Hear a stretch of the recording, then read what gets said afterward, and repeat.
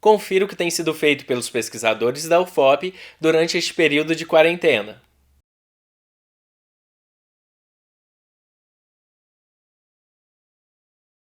Olá, pessoal, tudo bem?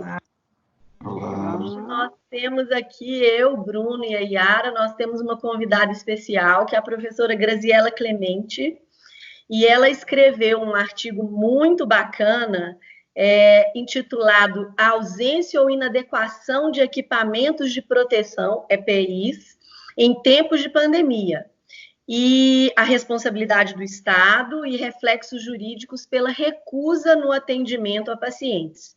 Esse artigo, na verdade, foi escrito em parceria, é da professora Graziela Clemente, é do professor Eduardo Dantas e da professora Rafaela Nogaroli. Esse artigo foi escrito num livro que está super aí noticiado, conhecido agora, né, que se chama Coronavírus e Responsabilidade Civil. Ele trabalha aspectos contratuais e extracontratuais, e a coordenação desse livro é dos professores Carlos Edson, Nelson Rosenwald e Roberta Densa, com a edição da editora Foco. E quando nós vimos esse artigo, e o título desse artigo que nos chamou tanto a atenção, nós resolvemos, então, convidar a professora Graziela para falar um pouquinho sobre essa questão de EPIs. Então, super bem-vinda, professora Graziela. Muito obrigada. Espero que essa conversa seja muito bacana, tá? Ótimo. Pessoal, fala lá. Eu só queria aqui agradecer muito pelo convite, me sinto muito honrada de estar fazendo parte aqui desse time que eu admiro tanto, professora Yara, professor Bruno, Fatinha, né? Tão querida. Acho assim, a iniciativa do CEBID foi sensacional, promovendo esses diálogos, e eu estou muito satisfeita de estar aqui com vocês, espero contribuir aí, tá bom?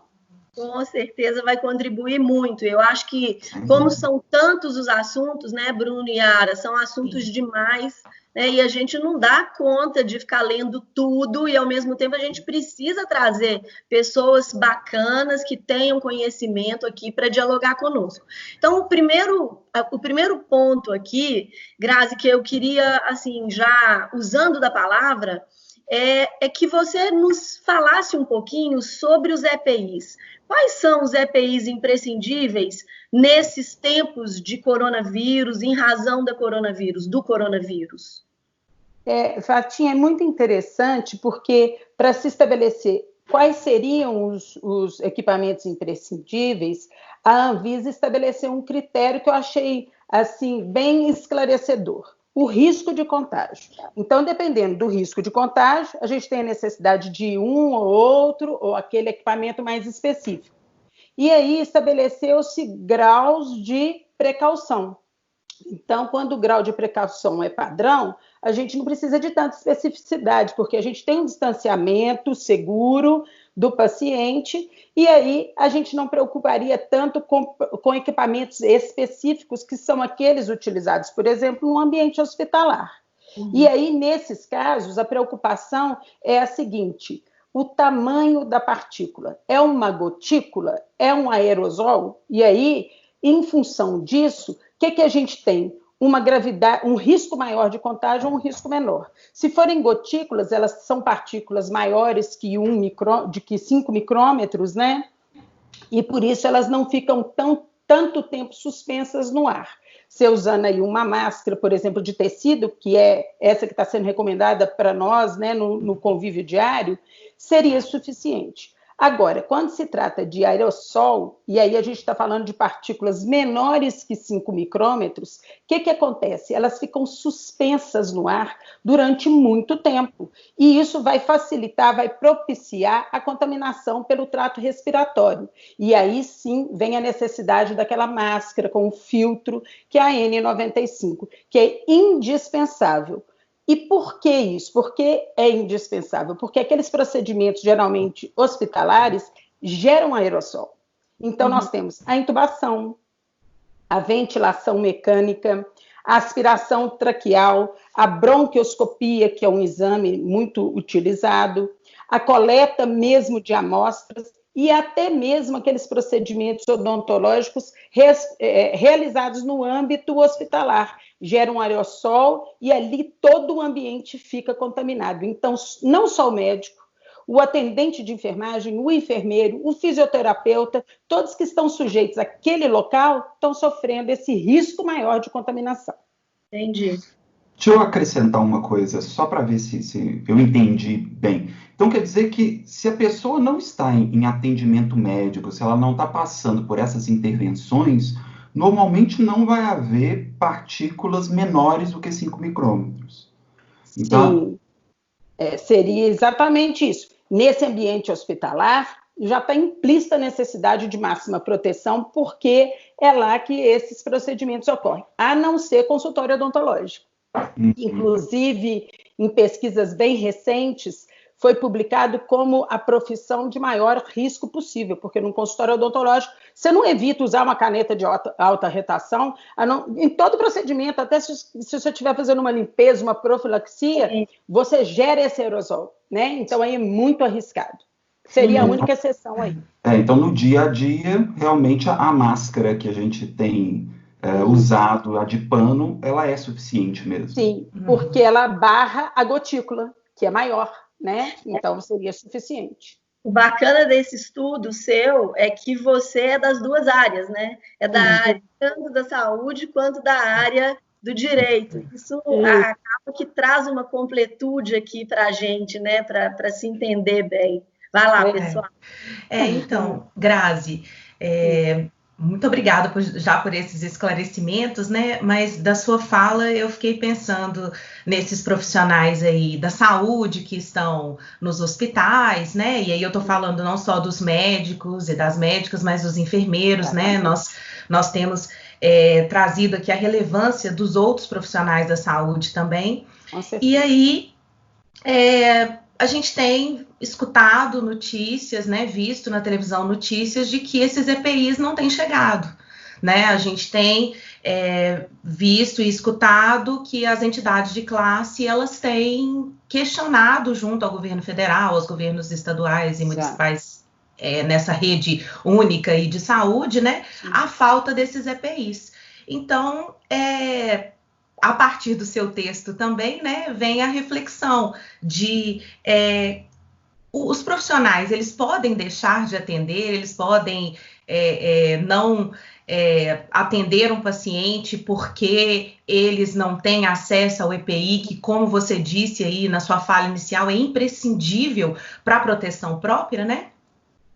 Sim, olha só, Yara, nós temos aqui duas situações. Uma que é a situação ordinária, então em situações comuns, né, onde a gente não tem essa necessidade aí excepcional de proteção, existe a responsabilidade, sim, a responsabilização do profissional quando ele deixa de prestar essa assistência. No âmbito penal, no âmbito civil, no âmbito ético e até no âmbito administrativo. Mas aí é muito importante que a gente chame atenção para um detalhe.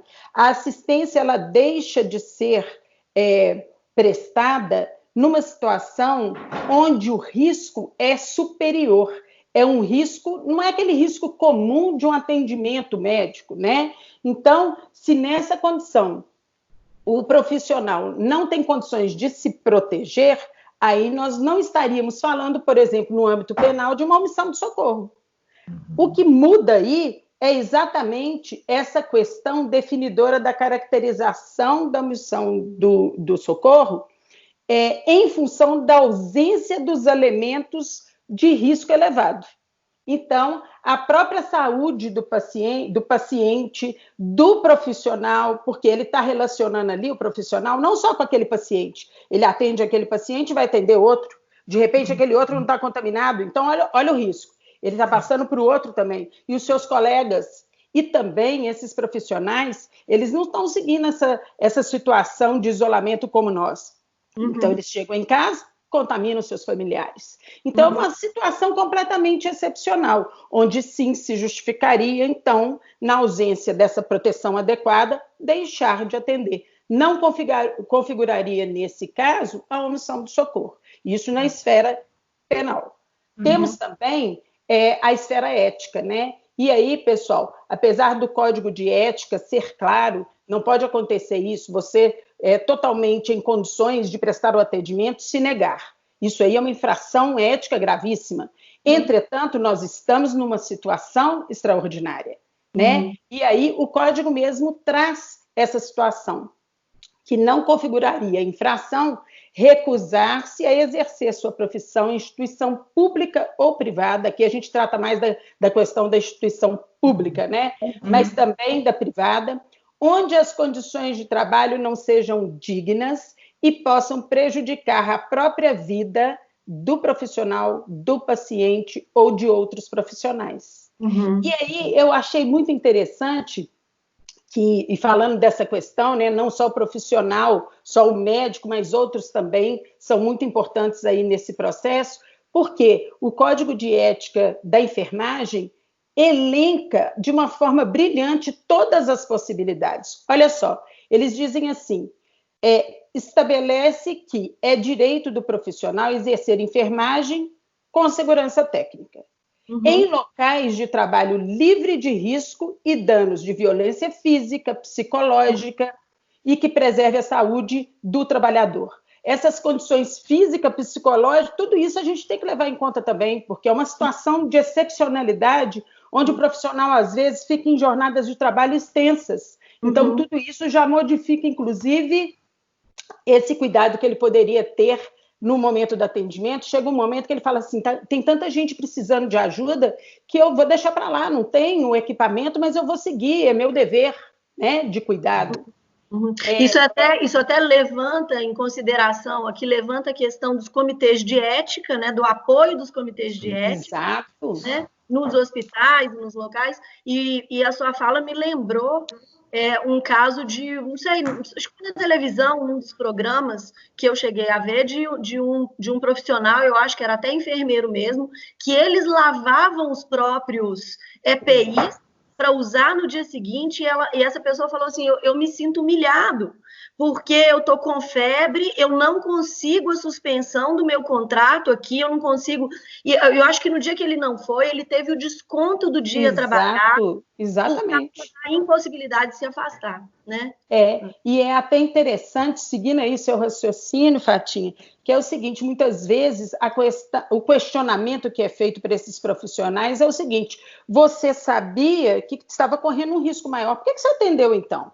Mas ali o profissional está atendendo no estado de necessidade, é um cumprimento de um dever legal, ele não está tendo liberdade para definir, vou atender, não vou atender, é o caos instalado. E ele faz o melhor possível. E muitas vezes isso aí não justifica para ele a atitude que ele teve, que é inclusive muito nobre, não é verdade? Então, eu achei interessante, porque num dos artigos do Código da Enfermagem, inclusive, fala-se assim, proíbe-se executar atividades que não ofereçam segurança ao profissional, à pessoa, à família e à coletividade. Então, eles são até mais precisos do que no Código de Ética Médica, né? Dizendo que é uma complexidade realmente, né? Essa situação. Agora, no âmbito civil, a gente sabe que existe lá no artigo 186 a responsabilização se não prestar esse atendimento e se houver danos materiais e morais. E ainda no âmbito administrativo, respondendo aí a um processo administrativo disciplinar, a gente tem a condição do agente do Estado, o médico do hospital público, o enfermeiro do hospital público, ser responsabilizado, né? Então, eu acho que, concluindo, mesmo que a gente considere que existe um dever legal de cuidado, a responsabilização pode existir nessas 4 esferas, mas desde que esse profissional ele não seja obrigado a fazê-lo em prejuízo da própria incolumidade física, né? Então, aí, nessa situação, a recusa seria sim compreensível, né? Quando obedecidos todos os protocolos de proteção, não. Aí cabe realmente toda essa responsabilização, sem dúvida. É uma justificativa que o direito, de certa forma, ele já dá até por analogia com a legítima defesa, né? Sim, exatamente. Você afasta até a ilicitude em futuras demandas contra esses profissionais, não é verdade? Agora, uma questão muito interessante que eu acho de toda essa discussão em torno de EPIs é como é que ficaria a responsabilidade civil do Estado, porque até então a gente tem, pelo menos assim como a maioria das situações estabelecidas no STJ e no STF, a responsabilidade do Estado por ação é objetiva e a responsabilidade por omissão, salvo algumas exceções, é subjetiva. E nessa situação, como que ficaria a responsabilidade civil do Estado quando o profissional de saúde atende sem EPIs, se contamina e dessa forma a causa acaba tendo um dano ou até a morte? Como que ficaria isso? Sim, são danos irreversíveis muitas vezes e até a morte, né?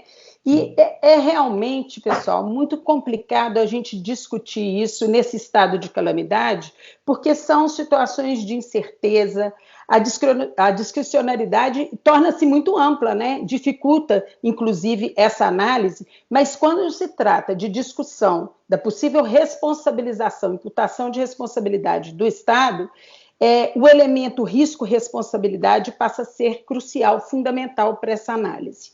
E aí, fundamenta-se basicamente naquela questão que o Estado tem a responsabilidade de salvaguardar a vida, a saúde do cidadão como prioridade, né? Então, seguindo aí essa linha, o que é preciso a gente analisar, ao meu ver, de início? Existe, nesse caso concreto, houve uma violação a um direito absoluto? Então, aí, por essa conduta comissiva ou omissiva do Estado, os agentes, eles estariam violando regras técnicas, né, de deveres de cuidado, porque não foi ali disponibilizado o material de proteção, então ele não está seguindo a regra de biossegurança e assim mesmo está atuando. Ou até mesmo de um princípio jurídico. Se essas questões forem respondidas a contento, eu acho que sim, cabe a responsabilização do Estado. E aí, eu ainda chamo a atenção do seguinte, nesse primeiro caso, onde a gente está discutindo a violação de regra técnica, dever de cuidado, me parece até muito óbvio, porque se é do Estado, o hospital público aí, a obrigação de disponibilizar esse EPI adequado, e existe a inobservância dessa exigência, poderíamos sim ser concretizado nesse contexto, por si só, a responsabilização, já que esses profissionais estão aí sujeitos a um risco desmedido de infecção, não é aquela coisa que é provável de acontecer, é algo além.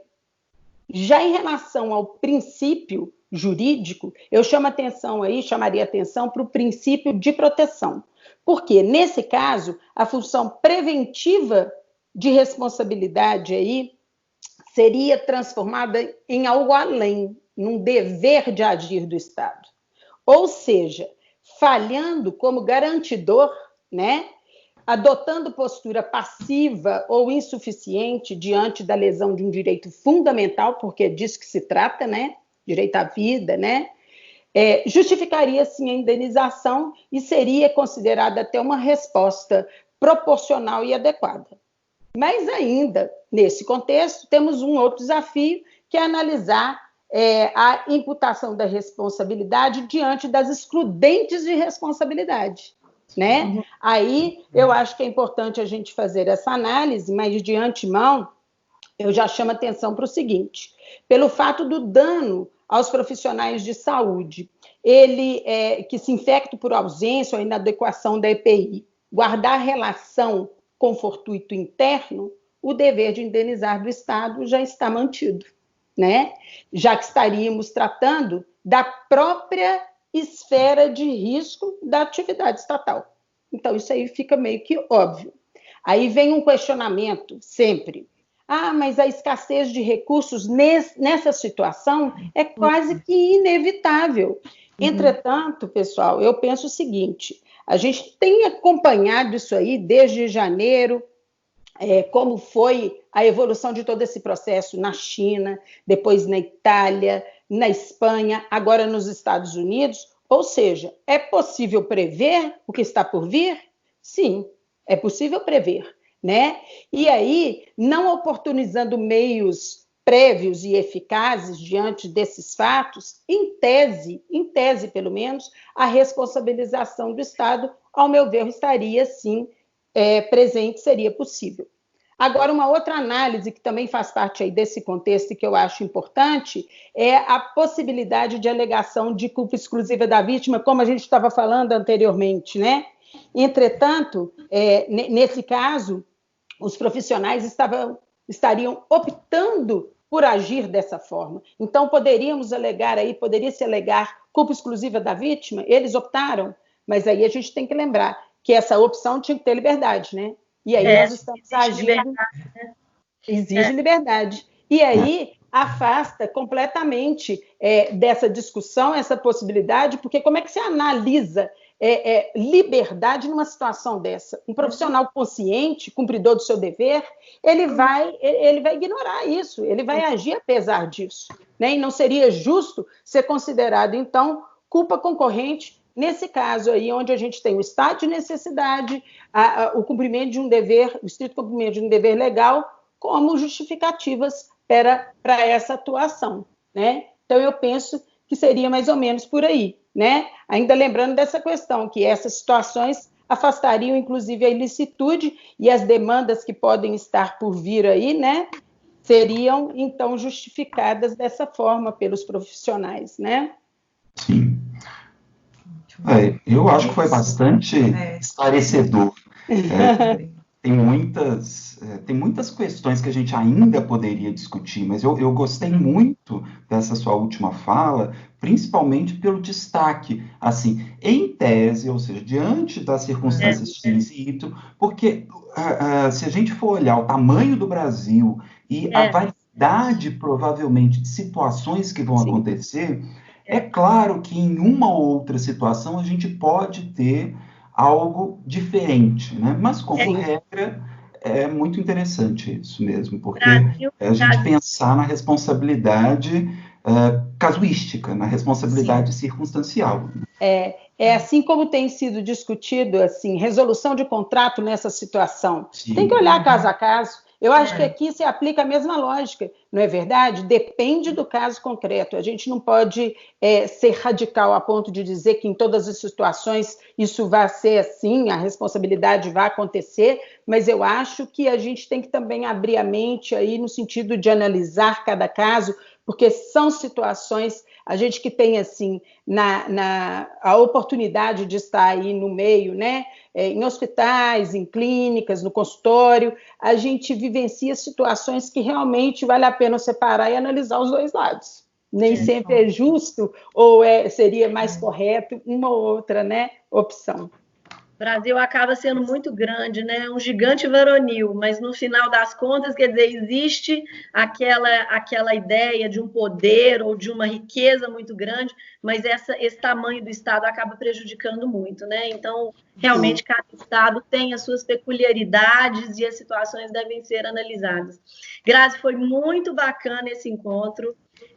Eu acho que foi muito esclarecedor. Todo mundo que nos ouvir aqui, que te ouvir, eu tenho certeza que vai aprender muito e nós esperamos contar com a sua presença em outra oportunidade, tá? Uma honra para mim, gente. Foi adorável o encontro, como todos têm sido, eu tenho acompanhado, vocês estão de parabéns, continue com a iniciativa, ela só acrescenta para a gente. Estou gostando demais. Obrigada. O pessoal vai ler, nós vamos indicar o texto, que realmente é um texto muito bom e muito esclarecedor. Vocês estão de parabéns, parabéns para a editora, parabéns para os coordenadores, para os autores, e a gente fica por aqui, mas em outra oportunidade contamos com você.